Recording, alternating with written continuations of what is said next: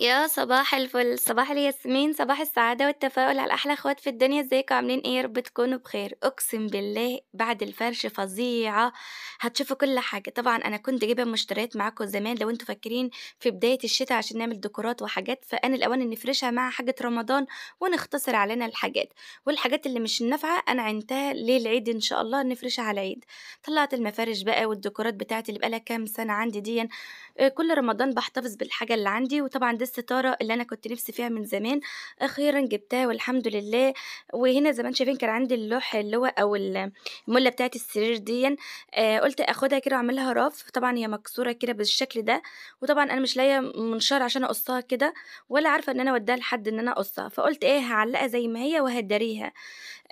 أو أغلّفها بsticker أبيض، فطبعًا إيه، جيت أعملها لقيت طبعًا إيه، جايبة لها زوايا زي ما أنتم شايفين كده عشان أحُط عليها ديكورات كده فوق الشاشة وتكون شكلها حلو، سواء نفعت كده أو أجلّدها بsticker أبيض أو حاجة، بس للأسف يا بنات المكان عايز شنيور لإن الخرام بتاعة المسامير دي مش نافعة، وأنا ركّبت الزوايا فعلًا وكنت مستنية إن أنا أركّب على طول بالفلاشر كده في قلب الفتحات ديًّا، بس للأسف الفتحات ديًّا بتبقى مدقوقة كده بمسامير عادية، فعايزاها طبعًا مسامير من اللي بتبرم ديًّا.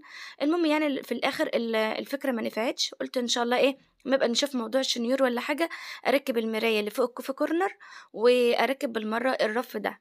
يالّا ما علينا، أنا كان نفسي أوي أعملها بس يالّا الحمد لله، وكنت هانزّل منها زي شلال ورد كده وكنت هاحط ديكوراتي والدرع الفضي وكنت هاحط عليه ديكورات وحاجات كتير، بس يالّا قدّر الله وما شاء فعل، المهم الموضوع ما نفعش يعني، هنا كنت باوريكم أنا هاعملها إزاي، وبس كده يا بنات، الحمد لله على كل حال. تعالوا بقى نبدأ باقي الفرش بتاعنا ونطلّع كل الحاجة، طبعًا جانا بنتي مستعجلة من زمان إنها تفرش، أنا فعلًا قصّرت في حق ولادي بقى لي فترة كبيرة، كان نفسي إن أنا أفرش وأعمل، بس زي ما قُلت لكم وشرحت لكم الفيديوهات اللي فاتت كان إيه السبب، عايزة أقول لكم احفظوا الشكل ده لإن الشكل التاني هيكون خرافة. طلّعت إبداعاتي ومواهبي وكل الحبايبي اللي كانوا معايا على البث المباشر امبارح، قالوا لي: "منى إحنا واثقين في ذوقِك وعارفين إن أنتِ هتطلّعي حاجة كويسة ومش عايزين نفرش إلا ما أنتِ تفرشي." بجد الله يعزكم ويكبر بخاطركم وفرحتوني، إلهي ربنا يكبر بخاطركم، وخصوصًا أميرة شجعتني قالت لي: "قومي يا حبيبة قلبي اعملي وقولي اسمي كمان في الفيديو." باحبِك أوي يا أميرة أنتِ وكل حبايبي اللي كانوا معانا في البث امبارح وشجعوني بجد كلامهم حلو، وادوني كده قوة كده يعني اعذروني على التأخير والله يعني مني واحدة كان نفسي أفرش من أول الشهر يعني فرش رمضان، بس يالّا الحمد لله كل حاجة مكتوبة في ميعاد وكل حاجة إيه، لها وقتها. الفانوس بتاعي طبعًا أنا كنت مغلفاه السنة اللي فاتت كان مكسور، وطبعًا للأسف أنا كنت شارياه غالي وكان مصدّي، دلوقتي أنا شايفة فوانيس كتير حلوة ومش مصدّية وأرخص من اللي أنا كنت جايبة، بس الاستعجال بقى يا أخواتي، لإن طبعًا أنا كنت في البلد هناك كان اللي بالاقيه باجيبه، يعني اللي هو ما كنتش عارفة بقى إن أنا أروح وأتحرك وأسافر وأجيب وكده.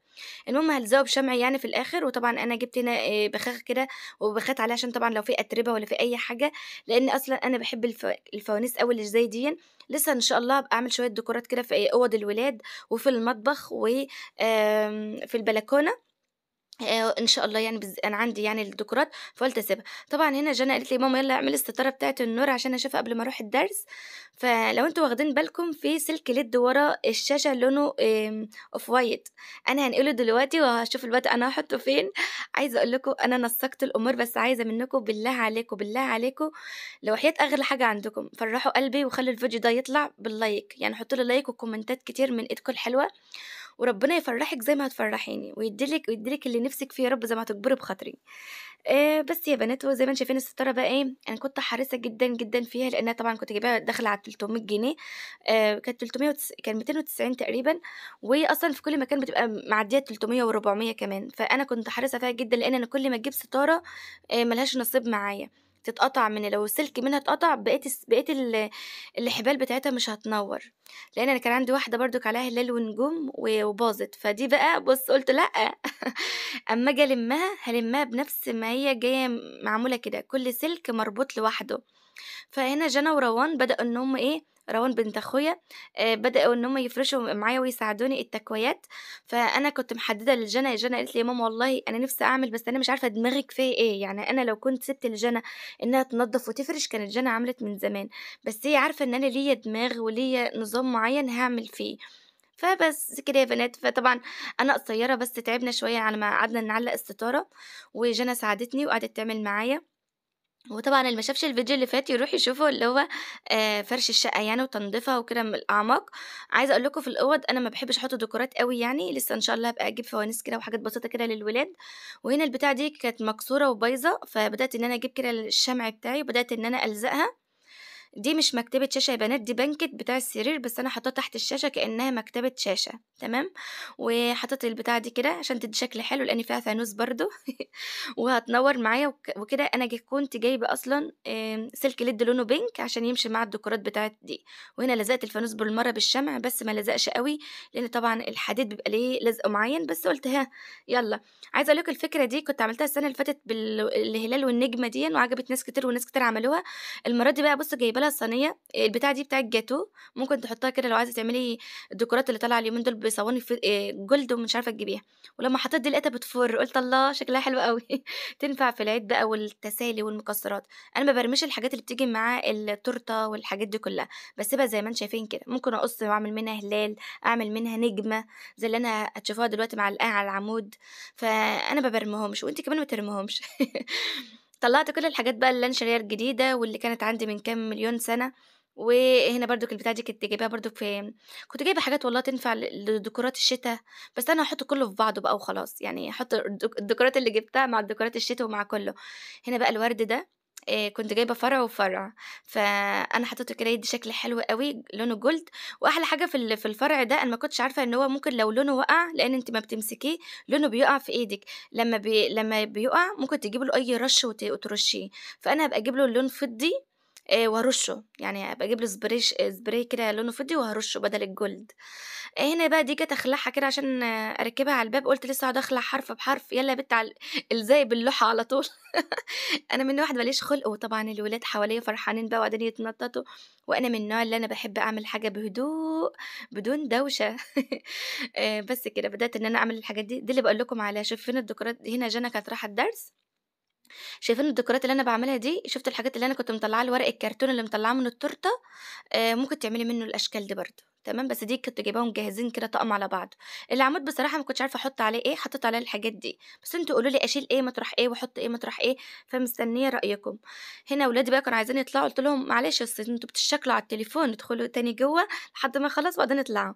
هنا بقى أنا طبعًا خايفة للفرشة بتاعة الكرسي رايحة أقول لكم السرير الهزاز الكرسي الهزاز إنها تتوسخ، حطيت عليها إيه الستارة ديًّا كانت بتاعة مطبخي زمان، وحطيت عليها الشال بتاعي كده، قُلت برضُك يبقى ماشي كده الديكورات مع السجاد بقى بتاعي كده. وكنت طبعًا عاملة كِوَش على نفس اللون. فيا بنات والله أنا كنت مدلّعة الشقة، كنت هافرش برضُك ديكورات شتوي كانت هتبقى حلوة وخريفي، كنت عاملة حاجات كتير أوي، بس يالّا قدّر الله ما شاء ونقول فعل. بسم الله الرحمن الرحيم. واخيرا يا بنات انا خلصت زي ما انتم شايفين، اللهم بارك اللهم بارك عليا، الحمد لله والشكر لك يا رب. هاي ايه رايكم في الديكور اللي انا عملته ده؟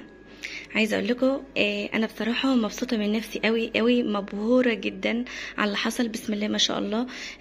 هتقول انا في نظري مفيش بهرجه قوي زي كل ما بعمل يعني. المره دي انا مظبطه الدنيا مفيش بهرجه خالص. حاطه طبق التسالي ده عشان ايه يعني ابقى احط فيه حاجات يعني وكده. وهنا زي ما انتم شايفين حطيت دي كده زي ما انتم شايفينها، وحطيت ده كان بيجي مع الجاتو، بس انا بحتفظ بالحاجات دي. عايزه اقول لكم شايفين انا عملت الستاره كده تدي ايه زي بنر كده حلو كده للشكل ده، لان يعني ايه عايزه اداريه لان ساده ومش عايزه احط له حاجه، بس انا حطيت له لمبات كده نور. وحطيت هنا زي ما انتم شايفين على الفريزر ملصقات زي ما انتم شايفينها كده. التلاجة ما حطيتش عليها حاجه لان هي مش مستحمله بصراحه. لسه هنقل طبق الفاكهه ده واحطه هنا، فاكهة زينة يعني وكده. وهنا اللهم لك ألف حمد والشكر يا رب، غيرت الفرش بتاعي الفيديو اللي فات زي ما انتم شفتوا معايا. وهنا زي ما انتم شايفين الديكورات الحلوة دي عمو فنانيس اهو وهنا رمضان كريم الكستر، وزي ما انتم شايفين كده اهو. والمفرش الابيض ده انا كنت عايزه احط الخياميه، بس قلت لا يعني سيب ده حلو لان طبعا ده مشمع اول وقت الاكل يعني وكده، وفيما بعد ابقى اغير ابقى احط الخياميه هنا عادي مش مشكله. بس طالما حاطه البنر فخلاص يعني شكله هنا شيك. وزي ما انتم شايفين كده هنا الورد الجميل بتاعي الجولد ده بردك عاطي شكل بردك حلو اهو. انا ما بحبش على فكره الالوانات الجولد خالص، بس الديكورات بتحكم عليه ان انا اعمل كده. وحطيت هنا مخده لان الركن ده فاضي، بفكر اجيب الفانوس هنا بدل ما هو محطوط هنا. بفكر اسيبه هنا عشان يبقى قدامنا. زي ما انتم شايفين كده كنت بحاول اظبط فيه، وعملت هنا اللون البينك ده. اما اطفي النور هيبين قدامكم ان انا عامله سلك ليد. انا الليد ده كان الاصفر ده هو اللي هنا، بس انا شلت الاصفر حطيته هناك، وحطيت الليد اللي هنا البامبي عشان يبقى ماشي مع البتاع دي. تمام. وهنا برضو الديكورات، عايزه اقول لكم درع اليوتيوب 100,000 سبسكرايب. زي ما انتم شايفين كده هنا الديكورات اللي انا كنت عاملاها معاكم، وهنا كونه متقلقه بتلف طبعا على صوره قناتي اهي. بس انا طبعا كانت اتكسرت مني ومعلش بتلف، يعني كانت دي بتتحرك. تمام. والفانوس بتاع ايكيا. احلى حاجه عجباني هي الستاره دي الستاره دي جميله جدا. وهنا حطيت ده بقى طبعا انا خايفه عليه يتوسخ، لان طبعا التكويه بتاعته يعني لونها ابيض يعني فاتح وكده. فانا حطيت عليها المفرش البنر ده زي اللي محطوط على انا كل الحاجات دي عندي من كام سنه، يعني بقالها 5 6 7 سنين كمان. فحطيت هنا الشال ده برضك ينطق مع دي الشال بتاعي، حطيته ينطق مع السجاد. وهنا زي ما انتم شايفين البنر ده برضك حطيته كده زي ما انتم شايفين كده. حطيت برضك طبق التسالي ده، وهنا التمريه لحد ما اجيب التمر. وهنا زي ما انتم شايفين الديكورات بتاعتي. ورمضان كريم. وهي علبه المناديل الجديده اللي انا كنت جايبها عشان تمشي مع الديكورات الخشبي زي ما انتم شايفين كده. وهنا حطيت التكويات دي بالشكل ده، واحده بالعرض واحده بالطول. وحطيت دي اللي كانت جايه كده في المفارش اللي هفرشها معاكم في العيد ان شاء الله. حطيتها كده برضه يعني بمناسبه ان فيها فانوس. وطبعا الستاره بتاعتي تحفه تحفه تحفه، بتقلب الوان، وطول ما احنا مع بعض هتقلب معاكم. هنا زي ما شايفين حطيت الشريط الخياميه ده فوق. انا عندي لسه 2 بس مش عارفه احطهم فين، يعني انا ما بحبش البهرجه، بفكر احط واحده عند جنى وواحده عند عمرو. وهنا هنا الحاجات دي بس عايزه لها حجر، يعني زي ما شايفين. رمضان كريم. حطيت المفرش ده، هو برضو كبير يعني ينفع للسفره، بس انا حطيته هنا عشان يداري الشكل وفي نفس الوقت شكله حلو. حطيت هنا الحاجه البسيطه دي. وهنا لمبدر شغال. وهنا البتاعه دي كنت عايزه اعلقها ورا الباب، ورجعت قلت لا سيبها هنا في الشكل ده، لان مفيش هنا اي حاجه. تمام. وهنا الكوشن هي كنت برضو مفصلاها عشان تمشي مع السجاد. وكان برضو انا عندي حبل نور بس في البلد هناك، ممكن ابقى اجيبه واوصله من هنا لهنا وبرضو يعمل شكل حلو. وهنا طبعا دول تبع البنر بتاع السفره، حطيتهم على الكنبه دي تبقى قصاده، يعني زي ما انتم شايفين كده، بحيث اللي يبص هنا الالوان ما توجعش عينيه، يبقى الطقم ده شايف الناحيه دي. تمام. والطقم الحاجات دي الناحيه دي. تمام.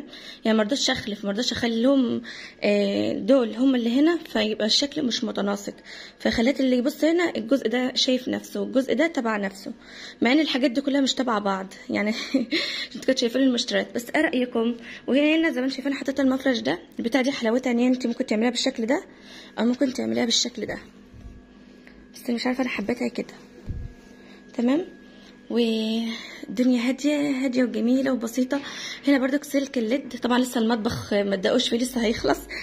سلك الليد ده انا حطيته كده في الجزمه يبقى شكلي حلو برضو، بس قعدت احاول اداري دي مش عارفه اداريها خالص. عايزه بقى اطفي لكم الانوار ونشوف مع بعض الشكل الجميل ده. بسم الله الرحمن الرحيم. عايزه اقول لكم بسم الله ما شاء الله، بسم الله ما شاء الله. انا فرحانه جدا جدا جدا بصراحه، المنظر تحفه جدا. انا والله مش عارفه اتكلم، يعني من كتر الحاجات اللي انا شايفاها دي انا مش عايزه اتكلم، والله مش عارفه اتكلم اقول ايه. الالوانات والديكورات والحاجات. رايكم في الفرش بتاعي. كتير بيقول لي من احنا بنستنى ذوقك لان بيعجبنا ذوقك في الفرش. يمكن انا مش عارفه اظبط بعض الامور، لان زي ما انتم عارفين كان نفسي قوي اعمل الرف هنا، بس طبعا لازم شنيور، وطبعا الشقه كابنها ايجار، مش عارفه حتى اجيب شنيور اعلق البتاع دي الخرام والحاجات دي يعني كده. وطبعا زي ما انتم شايفين انا مظبطه الدنيا دي. اذا اقول لكم حطيتهم هنا برضو مش عارفه. هنا العمود ده كان عايز ممكن ترتيب اكتر من كده واحسن من كده، بس انا مش عارفه، انا ما عرفتش اظبط الامور، لان زي ما قلت لكم مش عايزه بهرجه قوي، لاني انا جايبه الستاره انها تكون قايمه بالدور. الستاره تعبتني جدا وكان فيها كذا حبل ما نورش، ولحد ما حاولت ان هم ينوروا خدت معايا وقت. تعالى نفتح ده كمان عشان ينور هو كمان. اشمعنى هو اهو. بسم الله الرحمن الرحيم. لا اثبت فزي ما انتم شايفين كده. رايكم انا بنتي والله العظيم عسل عسل عسل. رايكم في الجزء بتاع الجزمه ده. شوفوا انا عملت ازاي، خليته ينور. سلك ليد مترين كان عندي، وقلت بنت كله بينور ما عدا الجزامه او كوفي كورنر، بلاش نقول جزامه. بس والله العظيم زي العسل. ايه رايكم؟ انا عايزه لايكات، امان عليك امان عليكي، حط لي لايك، فرح قلبي. الهي ربنا يفرح قلبك، وعشان احس ان انا عملت حاجه كده جميله وزي الفل. وايه رايكم في المنظر بتاعي؟ وايه رايكم في الفرش اللي انا جبته؟ طبعا الفرش بقى اللي هيقول لي منها حتى واحده زي دي هنا، لسه مش عارفه اما انقل هيبقى النظام ازاي، فاحسبوها بقى بعدين ان شاء الله. فعايزين نشغل اغاني رمضان بقى على الشاشه، بس طبعا انا ما رضيتش اشغل قبل ما اعمل اي حاجه عشان ايه حقوق الطبع والنشر، بس ممكن احط لكم موسيقى كده في اول الفيديو. يلا اشوفكم على خير دايما فيديو جديد، وقولوا لي رايكم في الكومنتات. ولا يقول لي يا منى المجسمات حرام، انا ما عنديش الا ده وحلو يعني، نحط على اي تمر، نحط على اي حاجه، او نشيل الصينيه خير يا عم الحاجه اللي تزعل. بس هنا الديكورات بقى والورد والحاجات وحاجات بسيطه بس تفرح الولاد. لسه ولادي ما شافوش النظام، ولسه جانا في الدرس، ولسه ما تيجي هتشوف. جيت اخلع دول عشان اركبهم كل حرف لوحده، فلقيتهم كل حاجه الوحيده، فقلت لا انا هركبهم كده على طول بالورقه بتاعتهم. بس كده. رايكم في المنظر والديكورات؟ حطوا لايك من ايدكم الحلوه، وشير الفيديو لاصحابكم لعل وعسى اي حد فيكم يستفيد او يعرف معلومه او يستفيد باي حاجه يعملها كديكورات يعني وكده. ويا رب يكون الفيديو بسيط وعجبكم، اشوفكم على خير دايما فيديو جديد، والسلام عليكم ورحمه الله وبركاته.